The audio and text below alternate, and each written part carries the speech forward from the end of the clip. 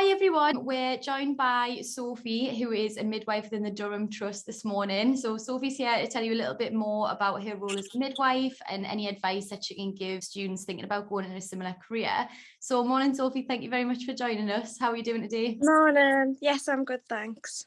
Oh, brilliant. So I know you've got a busy day ahead, so we'll not keep you too long. First of all, are you all right just to introduce your job title and your role a little bit? So kind of what you do on a daily basis? Yeah, so obviously, as you said, I'm a midwife in the Durham area. I'm actually part in the hospital, part community. So I spent about 4 years within the hospital setting, primarily on labour ward. But now I kind of do a bit of both. So I do one shift a week on labour ward and I do community as well, which is quite nice. So I get a bit of both. So really my working week would look at the minute like I do a 12-hour shift on labour ward, caring for women in labour, caring for women antenatally and also after they've had the babies postnatally. Within the community setting, I run clinics and see ladies in pregnancy and do checks on them to make sure them and the babies are okay.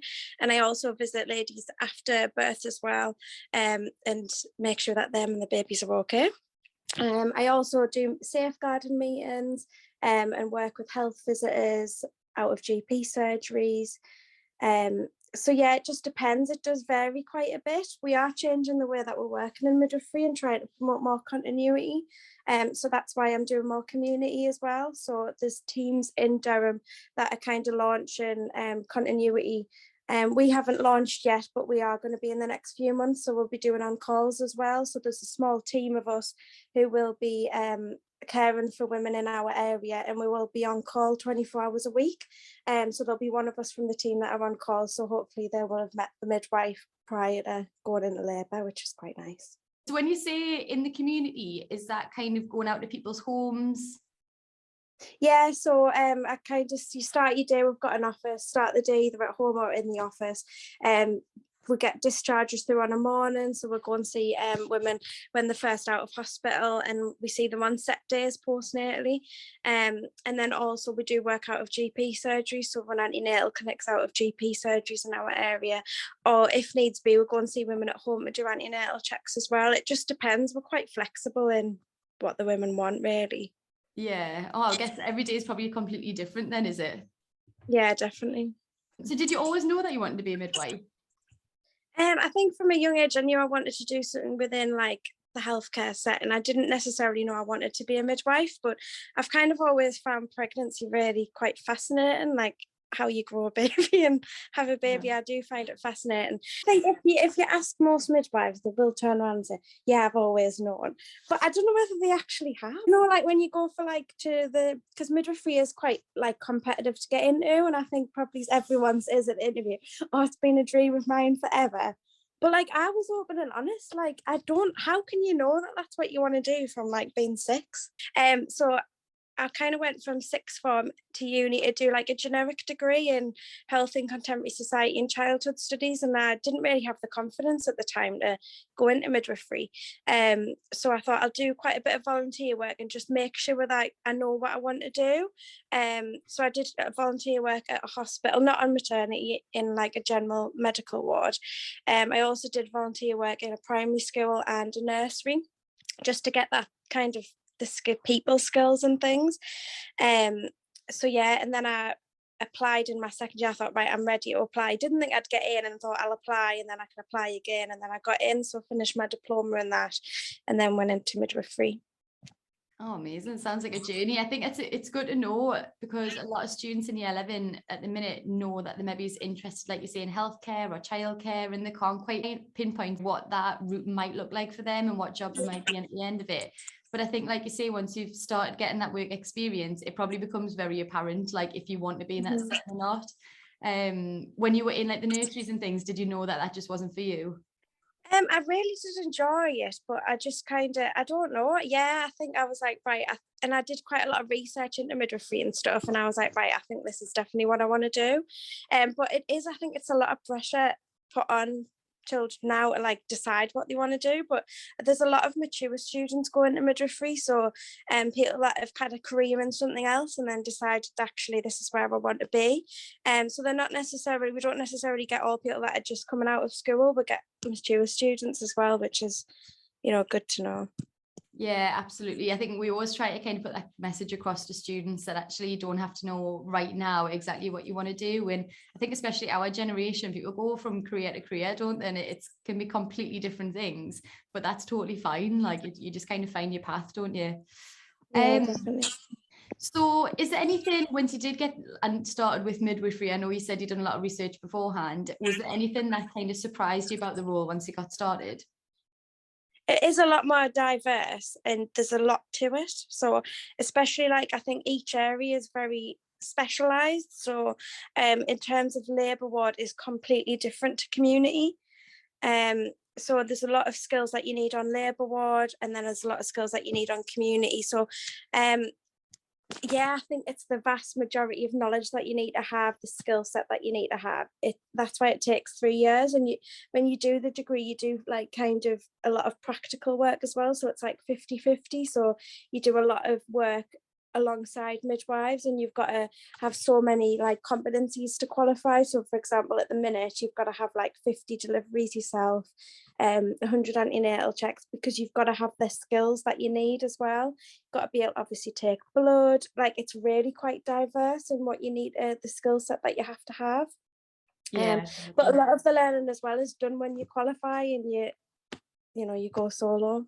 So yeah, it is really diverse. And as you say, each day is not the same, but there is a lot of challenges in midwifery at the minute. It's quite understaffed, and you do have days where it is really difficult, and obviously it's not always happy, which is a challenge as well. Yeah, that's what I was going to ask you actually, if there's kind of any challenges within the role. I think when you think of midwifery, sometimes you kind of think, oh, it's lovely, you'll be delivering a baby, like the family will be so happy, and it's all like such a lovely experience. But like, unfortunately, it's not always the case, isn't it? And I imagine you have some very challenging days. Yeah, that's true. Yeah, and sometimes it is really sad, and you've got to build up that resilience. But obviously, we're all human, so you do get support, and obviously, we all support each other as colleagues, which is quite nice. But yeah, it is. Sometimes it can be challenging. It can be busy. Sometimes it's hard because you can't provide the care that you necessarily want to because of how busy it is. But overall, I'm definitely glad I went into midwifery. I couldn't see myself doing anything else now. That's good to know. So you don't regret it. I think it's good to know as well, like you mentioned there, that actually, even though you do have challenges, you do have maybe like some bad days, that there is support there for you, isn't there? And is in place. So you probably kind of learn how to get through those bad days. And like you say, if you're surrounded by other people who are there to support you as well, I guess that kind of helps. Yeah, definitely. Oh, great. So kind of flipping that on its head, what would you say is what you enjoy most about your job? What's kind of the best bit? I think it's building a relationship with women. So especially now in the community, you kind of see women time and time again, and you do build up that relationship and you get a rapport with them. And it's really nice to see them and then see them again. And then with the babies, it's nice to build up that rapport. And as well, even in hospital, when you do your 12-hour shift, you feel like you really get to know the women, especially if you're looking after them in labour all day. And it's nice to see that trust that they have in you. So yeah, I just find that really nice, is that you quickly build up a relationship, and sometimes you feel like you've made a real difference to that person's care, which is nice. Yeah, I can imagine. So I know you mentioned there you sometimes do like 12-hour shifts. Are you right just to kind of talk us through what a 12-hour shift looks like? Yeah. So obviously the 12-hour shifts are usually on labour ward, and to be honest, they can range. This can be so different, but you generally start your day at 7:30, go into handover. You'd get a handover for the whole, this is if you're working on labour ward, you'd get a handover for like the whole of the labour ward. You'd then go, the midwife in charge would kind of say, right, you're allocated to this lady, and then you'd go and get an individual more detailed handover. You'd then kind of start your day, do whatever you needed to do. So if there was observations due, examinations due, You obviously check and make sure baby's okay. It depends if they're on the monitor or not. The doctors then hand over a little bit later. Then they generally do like a ward round about 9 o'clock.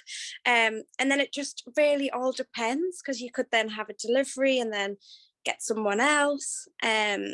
So yeah, it's honestly just, but that's kind of how you start the day. You then hand over at about 7:30, 8 o'clock on the night. Sounds stressful. Sounds busy. Can you remember your first delivery? Yeah, it was as a student. Yeah, I do remember it, and it's quite vivid, I think. Actually, I remember I didn't train at Durham, so it was within another trust. But yeah, I just remember being in, like, just standing there like, oh my gosh, because I don't think I knew what to expect, to be honest. And then yeah, it was an eye-opening experience. But no. I can imagine. All right, so just before you go then, is there anything that you kind of wish that you knew in school that maybe you've realised now, but we wish you had known about your career back then? I think if you wanted to go into midwifery, I think you've got to have really good communication and people skills. So I think my advice would be get lots of experience with working with people, because that's primarily that's what the job title means, is with women. So it's really important that you are going to be an advocate for the woman. So you need to be able to stand up for what she wants. You need to be able to obviously communicate with other healthcare professionals, be able to alert concerns. So you have got to kind of have them people skills and have the resilience to be able to do that. So I think it is important to get some life experience and kind of get some experience with working with other people. It doesn't necessarily have to be in a healthcare sector, just like within general life. I think you need to have them transferable skills. Yeah, definitely. I know it's maybe been like a few years since you were in that position, but do you know of any kind of work experience opportunities, or where you would recommend students develop those skills, whether it even just be, local shops, cafes, or is there a specific just wherever, really, just anywhere where you're going to have contact with people and build up the skills to be able to talk to people. It's been about 7-8 years now, but as I say, I did like some voluntary experience within a hospital, but I think and also primary school and a nursery, but anywhere really that you're going to get them transferable skills. Yeah, absolutely. I know it's a little bit tougher now, I think, after COVID, trying to get into places to get experience. Oh, definitely. Yeah. But yeah, like you say, it's communication skills, and you use that in a lot of environments, don't you? So it's worth kind of going out and seeking those. Oh, well, that's been amazing. I know you're in a hurry to kind of start your shift, so thank you very much for joining us today. It's been amazing to speak to you, and obviously get lots of advice for any students who are thinking of going into midwifery. But yeah, thanks for joining, and I hope your shift goes well today. No problem. Thank you very much.